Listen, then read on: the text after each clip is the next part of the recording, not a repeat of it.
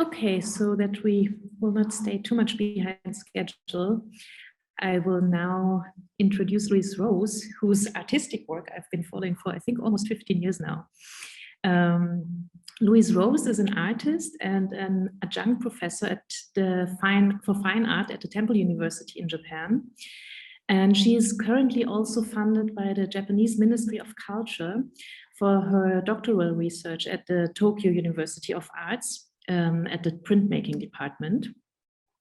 And her background relates traditional printmaking, especially Japanese water-based so-called mokuhanga, with generative intermedia technologies. And she has given workshops and lectures at, for example, the Royal Academy, at the Tyler School of Arts, at the Berkeley Museum, and other many printmaking studios all across Western Europe. And her recent exhibitions include, I think that's the very current one, the Nakanojo Biennale in Japan, the Block Projects Gallery in the UK, the Printed Matter in New York, and Impact 11 in Hong Kong. And today she will talk to us about her current research, artistic research, and her upcoming exhibition. Louise, welcome. Thank you that you're here. And well, the floor is yours. Thank you. Let me just share my screen here. So I would like to say a big thank you to the University of Europe for Applied Sciences and the Altenary Museum and Dr. Jiri Gozen, as well as all the organizers and graphic designers involved in putting together this program. And I'd also like to thank Shaun Tan for producing the heartfelt work, The Arrival, that brought us all together. I think that there are different aims and methods in my art practice, but as I listened to Shaun, I circled some points of connection, which were the discussion about symbols and articulating semi-literacy in adopted cultures, the comment from Shaun that it's only migrants that notice the plants and animals, and also the fondness of triangles. I hope that we might find some other connections as we proceed. My talk is called Invisible Cities. It is about my work as an artist and artistic researcher. I'm based in Tokyo, Japan, where I've lived for 14 years, but also where I've always had a connection because my mother, who is British, is a Japanese translator of chemistry. In this talk, I hope that you will hear me conceptually frame a set of metaphors and modes of thinking that advance in a familiar rhetorical style, as well as a mosaic of relational artistic practices where your interpretations that arise from reassembling parts of the mosaic are important. And finally, I will arrive at a documentation of how this relationality that I construct plays through my artistic research. Beginning with metaphors of thinking that arise from praxis, specifically interdisciplinary printmaking practice. I will introduce the words seihan and kappan, which are printmaking words that come from Japanese. They go together like fish and chips, seihan and kappan. Seihan is when you create the book by carving only the 200 characters that you need for the sentences in front of you into a single matrix. No other words exist except those on this one piece of wood. If you make a mistake, you have to recarve the block from the beginning or do elaborate inlay carpentry. This was the dominant method of commercial print production in Japan between around 1600 to around 1910. Kappan, on the other hand, is a system of movable type and movable image fragments. You create a set of thousands of matrices and you move them, change them, and reuse them in combinations that appear infinite to our human sense of scale. The process of disintegrating the image and text and reintegrating the image and text is invisible in the final product, but it is essential to the process. The mark that is made by the matrix is inverted and different in substance to its mater. It contains its DNA, but not its likeness. This was the dominant method for book production in China until contemporary phototype processes replaced them in the 20th century.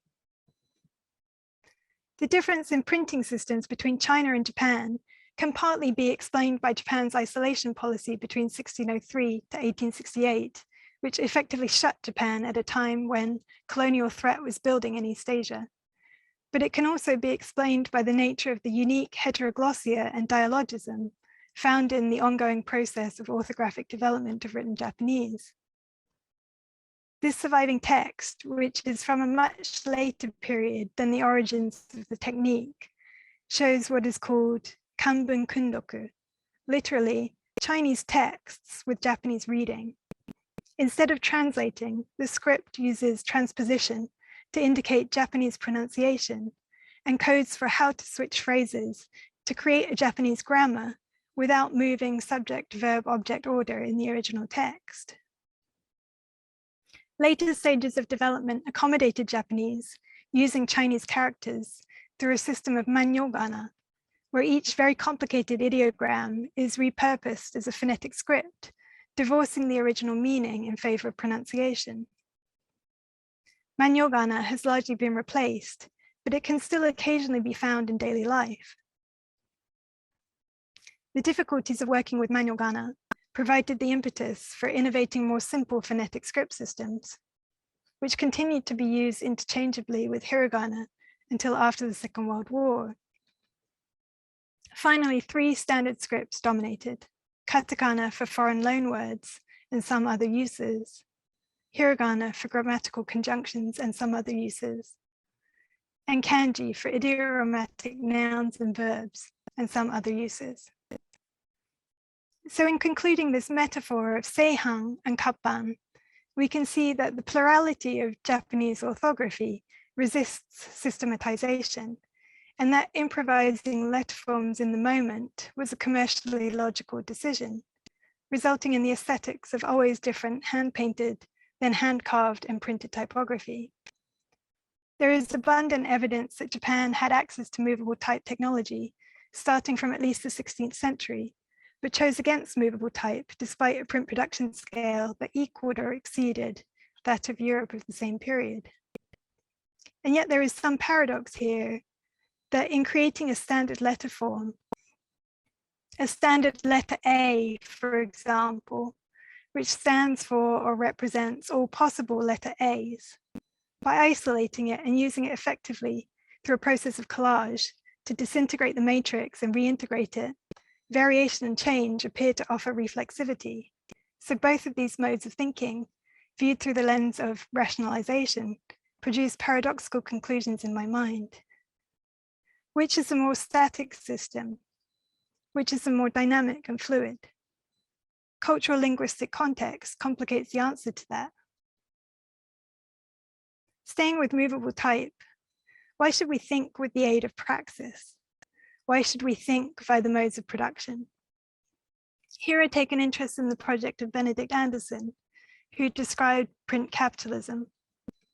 In political science, there is a tendency to summarize Anderson's print capitalism as infrastructure by which nations create and perpetuate themselves, as if the nation is the subject. For a printmaker studying seihang and kappan in China and Japan, or in the European context, where there was a more direct and complete conversion from handwritten manuscript writing on the one hand, to the era of movable type on the other. Such a printmaker thinking through the implications and embodied philosophy of these various modes of production might be persuaded to read nation as the effect of printing rather than the cause. If the relationship is indeed inverted, then we are paying far too little attention to the spatial and political infrastructure that can arise from a close reading of the philosophy embodied in media methods and production. To summarize Anderson, in the period immediately following Gutenberg and the proliferation of movable type, the borders of Western European countries ceased their fluidity and began a sequence of consolidation towards modern nation states that are recognizable to our current Western European map. Anderson reveals that through movable type printed books, for the first time, an ordinary person from Calais could imagine that they are of the same people as someone from Aquitaine, even though they will never and have never met that person and probably speak very different dialects. This process is powerful enough to persuade people to die in a war on behalf of that person that they do not know. The same process occurs in all territories touched by movable type printing. These conceptual framings that arise from a close reading of printmaking modes lead me to my research question. Where then are cities? In light of an understanding of Seihan and Kappan, and in light of how spatialities might be related to media modes and methods. Answering where questions might lead to a practice of mapping. I'm not talking about the mapping of Google Maps or the Ordnance Survey that uses a modernist aesthetics to create an illusion of neutrality conducive to their business interests. Instead, I'm thinking about if Benedict Anderson's map of the 16th century Europe turns out to be a map of psychological shifts facilitated by printmaking, where then is this entity called city, and what other spatialities can be mapped through the ideas of mediated fragmentation and reconstitution? This is the second of 3 sections of my talk, and I will construct a mosaic or matrix of various artistic research practices that intersect with the topic. I hope that in this format, you will make your own connections. Beginning with situationist mapping. As concerns our topic, Guy Debord and one of the leading artists among the situationists, Asker Jorn, collaborated on these series of cut-up collages that explore the feelings evoked in the individual by their current surroundings. They took a map of the city of Paris, cut it into pieces and glued different parts together. The newly formed map indicates locations that evoke the most emotions from the people frequenting there. In this sense, psychogeography is just this, the psychological city, which contorts and delineates different peaks and plateaus compared to the rationalized topography of traditional maps.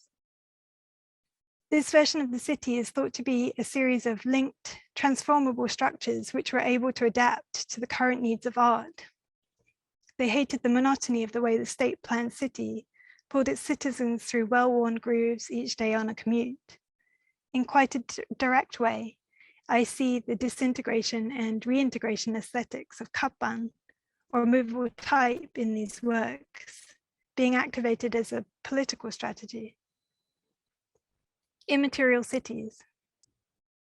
The Arcades project, Das Passengenwerk, by Walter Benjamin, is an unfinished collection of ephemera and writing headed under 36 categories, relating the capitalist spectacle of the Parisian arcades as a microcosm of the so-called center of the 19th century, Paris, visible in the 20th.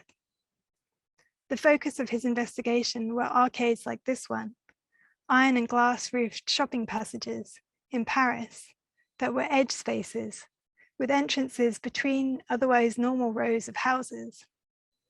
Benjamin saw them as early centers of consumerism, making imaginative links between physical space and the symbolic factory labor invisibly represented by the shiny objects. Like Peirce's semiotics, the arcades are indexical of embodied labor. An earlier related work can be found in One Way Street. 60 fragmentary sections of the book are structured spatially, under headings that could be described as a collection of quotations of street signage from urban space. The images of public places represent signs of a collective unconsciousness that are to be deciphered in order to overcome the dreamlike state in which they are perceived. And One Way Street refers to the progression of a Hegelian Marxist dialectic, where awakening is a process away from the unconscious cues of urban signage, understanding the capitalistic implications that Benjamin sought to criticize. In terms of narrative structure, I relate the book to Invisible Cities by Italo Calvino, which is the title of this presentation and my upcoming exhibition. The book again uses a spatial text structure to convey the idea of multiple fabricated cities. Each city is imaginatively described as a separate place by a character named Marco Polo, who is a guest at Kublai Khan's court. Each of the separately named cities in the book is actually a narrative of Venice, just as Calvino was clairvoyant about the fragmented and multiple nature of supposedly coherent cities. Social mapping. A few years older than Benjamin, on the other side of the world, was a researcher who has variously been called a designer, an urban studies scholar, anthropologist. His name was Kon Wajiro, and he coined his own word in Japanese, kogengaku, which is a play on the Japanese kanji for archaeology, kokogaku. In English, it translates as modernology. Kon sat at a table in fashionable 1920s Ginza and made statistical observations of the types of hat and dress that he saw. As we can see from his sketch in 1925, 67% of the men in Ginza were wearing Western clothing, 33% were wearing kimono, compared to 99 to 1% for women. He recorded the statistics of footwear and hat types and all manner of bizarre details. He made sketches of the things people had in their one-room urban apartments, or the way glass breaks, the way that people sleep in public spaces. He made very precise interpretations of the level of slouching when working, eating, or having a rest.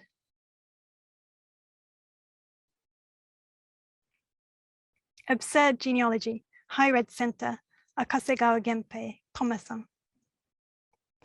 Akasegawa Genpei was part of an avant-garde group called High Red Center in the 1960s, which used the city as a stage, but his preoccupation with the everyday streets of Tokyo lasted a lifetime. He invented the word Thomason to describe strange architectural features of the city like this one. Take a look, the staircase leads nowhere. It has no purpose. There are many such things like this in Tokyo. Doors on the third floor of buildings with no way down to the street, staircases that lead nowhere, anti-traffic boulders sandwiched between buildings where traffic can't pass. Akasegawa thought that capitalism doesn't allow for frivolous things like this that have no purpose. Understood in this context, these are examples of hyper art, he said. Since they have no practical function, we must consider them in terms of their aesthetic contribution to the street. The name Thomason comes from a 1980s baseball player called Gary Thomason, who was signed by the Yomiuri Giants for a record-breaking sum of money and spent his final 2 seasons with the team, coming close to setting the league strikeout record before being benched. Akasegawa viewed Thomason's useless position on the team as a fitting analogy for an object, part of a building, that was maintained in good condition, but with no purpose, to the point of becoming a work of art. In mapping Thomason's, Akasegawa Genpei reveals the absurd genealogy of a city space that constantly reconstitutes itself. Metabolic genealogy, city without a center, metabolism, modular architecture that eats itself. Metabolism was an architectural movement in the 1960s and 70s in Japan by architects such as Kisho Kurokawa, Kiyonori Kikutake, and Fumihiko Maki, among others, who saw the project of Tokyo as a new urbanism, the continuous renewal and organic growth of the city. Kisho Kurokawa favored discussing his approach as in contrast with the rationalized grid-like city planning that we see in Roman cities or many US cities. But we might also look for a moment at the situations of Tokyo and Kyoto together for contrast. Heian-kyo, modern-day Kyoto, was founded in 794 as a vaster scale city than Heijō-kyo, Nara, which is the first planned capital. The basic layout of Heian-kyo and its key buildings are borrowed from the Tang Dynasty model Chang'an, modern-day Xi'an, and forms a recognizable rationalized grid.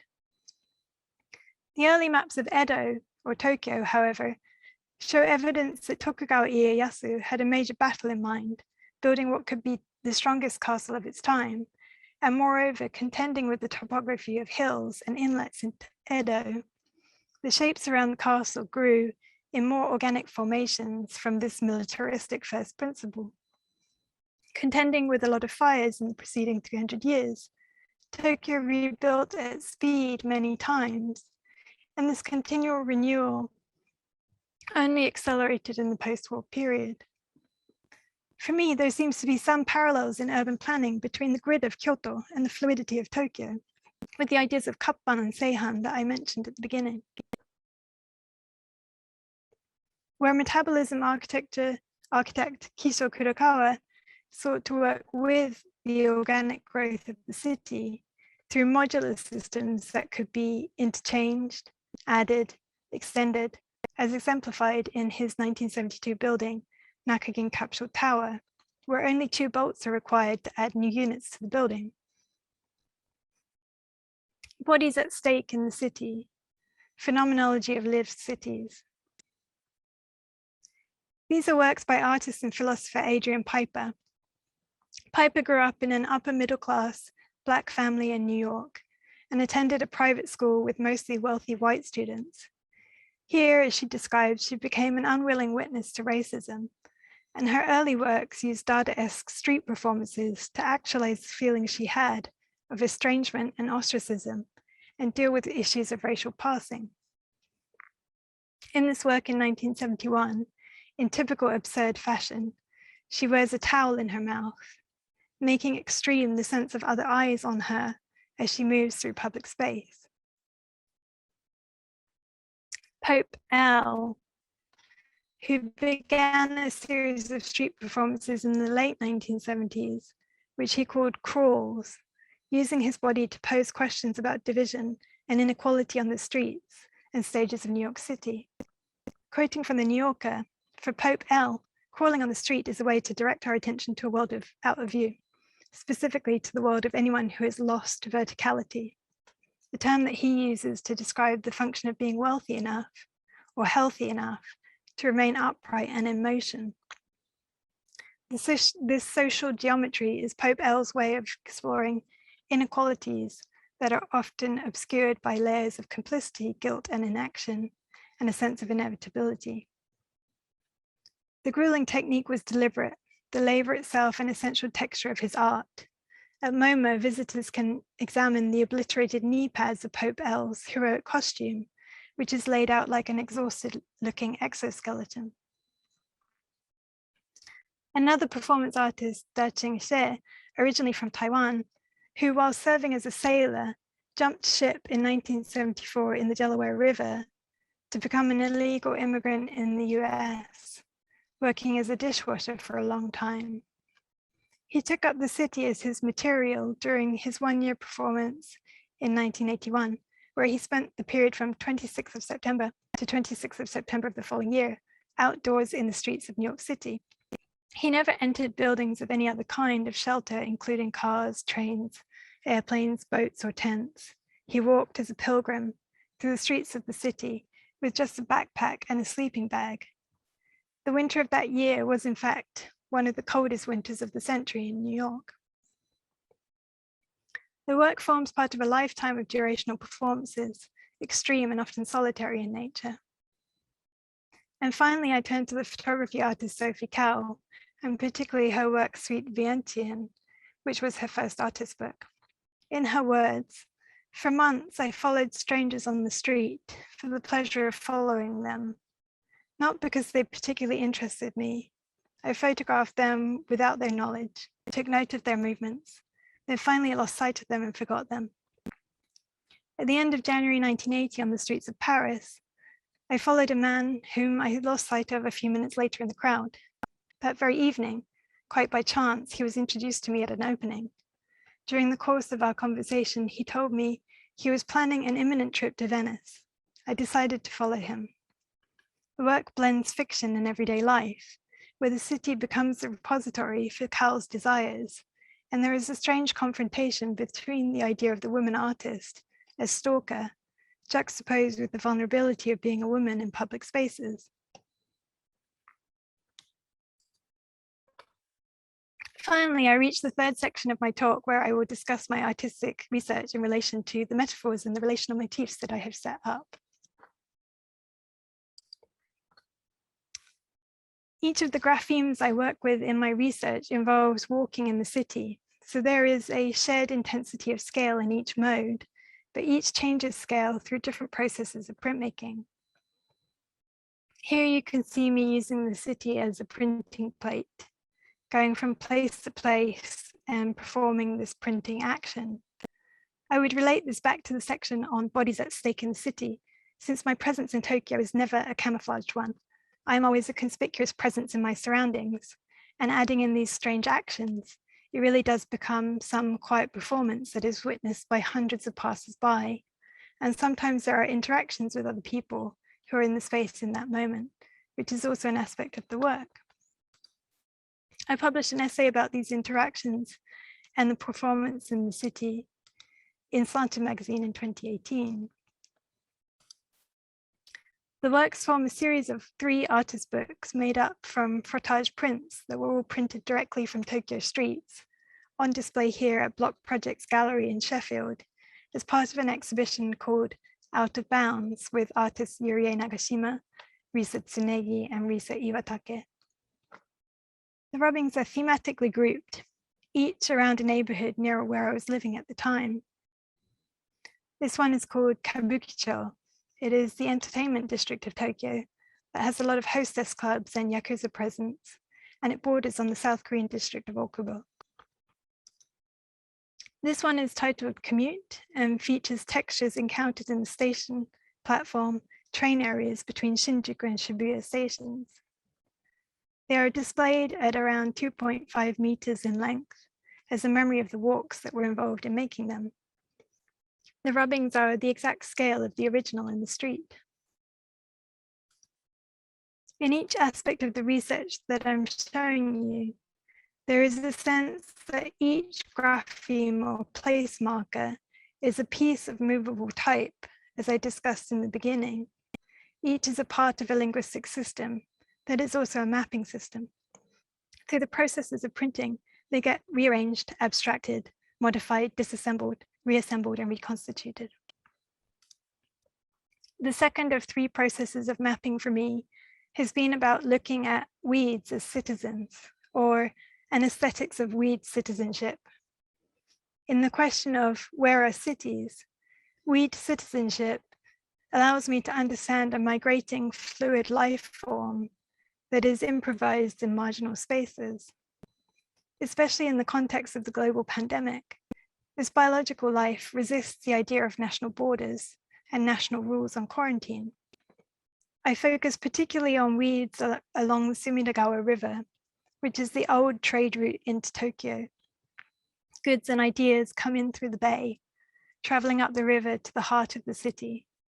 And even now, since Tokyo used rivers and canals, which were civic land, to quickly build highways in the city in the 1960s, hauliers with ship containers still arrive into the city along pretty much the same trade route.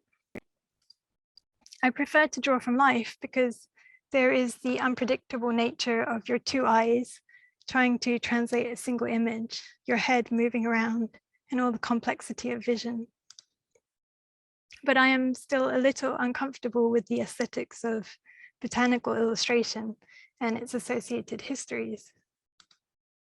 So I mark the locations and dates of recording because I want to remind myself that these are not representative of all possible weed shapes. They are just an instance, where instance is the intersection of a place and a time.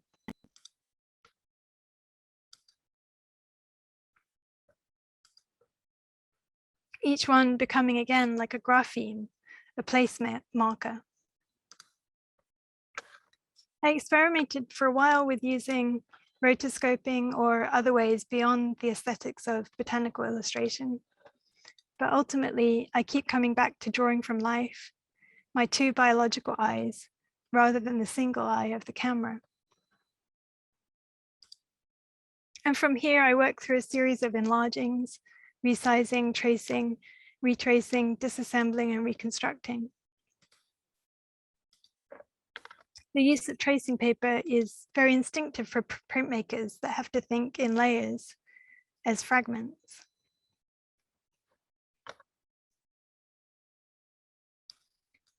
which progressively fragment even more, becoming woodblock plates. These are some of the first woodblock prints from the process.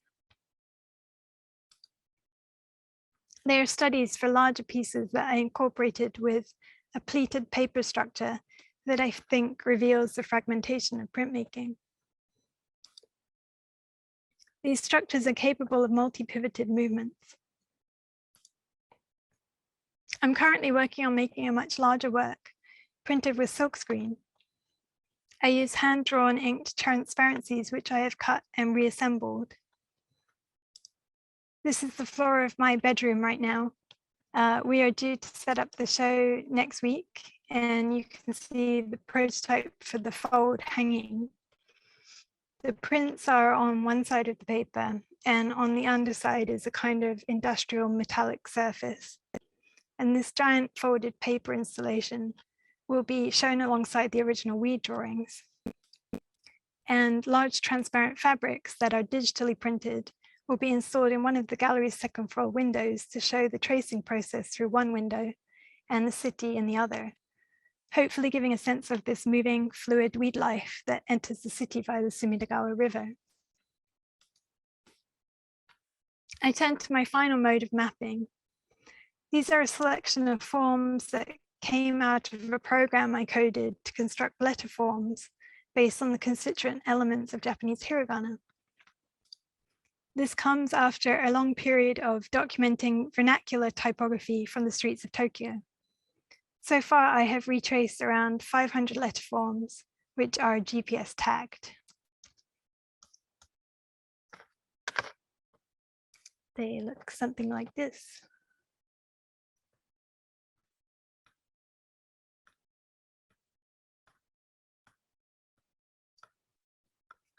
And GPS tagging allows me to show them as a function of the map. And there are parts of Tokyo that, for example, the book district tends to have more characters related to books or plans or characters, or the electric town, which has more characters related to electricity or instruments, measurement, things like this.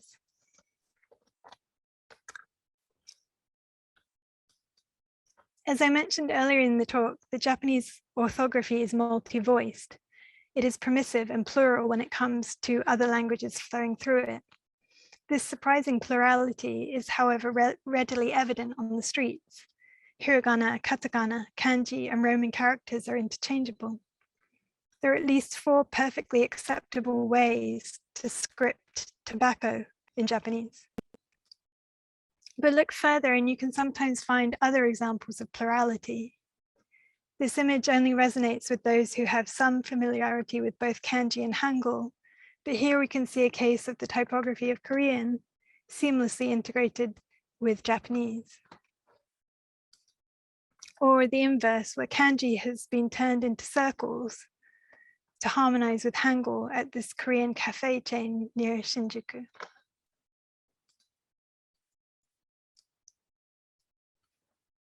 I document the letter forms through the modes of walking, mapping, and from here, I'm experimenting using methods of functional programming in JavaScript to propose new letter forms that are informed by the aesthetics of the streets. The program operates according to rules that I have created, but the program disintegrates and reintegrates the rules randomly in each moment. There are more combinations than I could view in my lifetime, created with less than 250 lines of code. The programs are a little bit interactive. You can press keystrokes to make thinner letters or thicker letters.